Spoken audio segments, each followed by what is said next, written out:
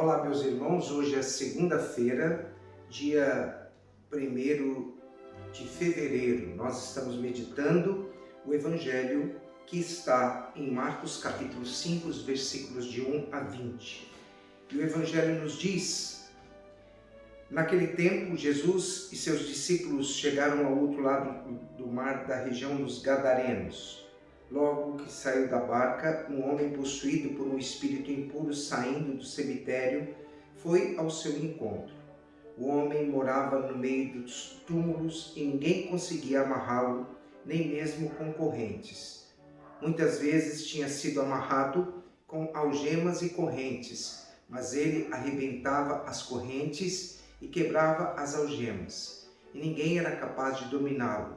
De noite ele vagava entre os túmulos, pelos montes, gritando e ferindo-se com pedras. Vendo Jesus de longe, o endemoniado correu, caiu de joelhos diante dele e gritou: "Que tens a ver comigo, Jesus, Filho de Deus Altíssimo? Eu te conjuro por Deus, não me atormentes." Com efeito, Jesus lhes dizia: "Espírito impuro, sai deste homem." Então Jesus perguntou: "Qual é o teu nome?" O homem respondeu: "Meu nome é Legião, porque somos muitos." E pedia com insistência que Jesus não o expulsasse da região. Havia aí perto uma grande manada de porcos, pastando na montanha. O espírito impuro suplicou então: "Manda-nos para os porcos, para que entremos neles." Jesus permitiu que os espíritos impuros saíssem do homem e entrassem nos porcos. E toda a manada, mais ou menos uns 2.000 porcos, atirou-se monte abaixo para dentro do mar, onde se afogou.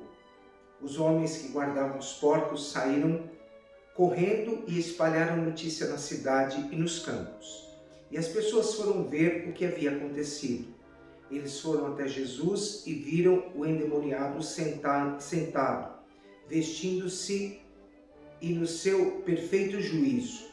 Aquele mesmo que antes estava possuído pela legião ficaram com medo. Os que tinham presenciado o fato explicaram-lhe que havia acontecido com o endemoniado e com os porcos. Então começaram a pedir que Jesus fosse embora da região deles. Enquanto Jesus entrava de novo na barca, o homem que tinha sido endemoniado pediu-lhe que deixasse ficar com ele. Jesus, porém, não permitiu. Entretanto, lhes disse: "Vai para casa junto com os teus e anuncia-lhes tudo o que o Senhor, em sua misericórdia, fez por ti." Então o homem foi embora e começou a pregar na Decápole tudo o que Jesus tinha feito por ele. E todos ficaram admirados. Palavra da salvação. Bem, meus irmãos e minhas irmãs, hoje nós estamos meditando o Evangelho dessa célebre história que fala da expulsão de um demônio que vai para as manadas de porcos, né? Mas o que nós precisamos meditar do Evangelho? Que a nossa fé é um encontro com Deus, é uma fé que nos liberta.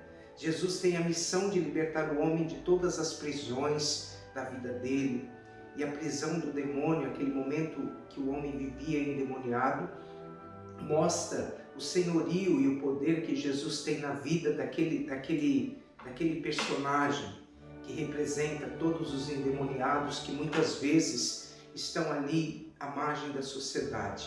Jesus, ele devolve a dignidade do homem. Nós, meus irmãos, vimos hoje na primeira leitura, né, que o povo judeu esmoreceu na sua crença.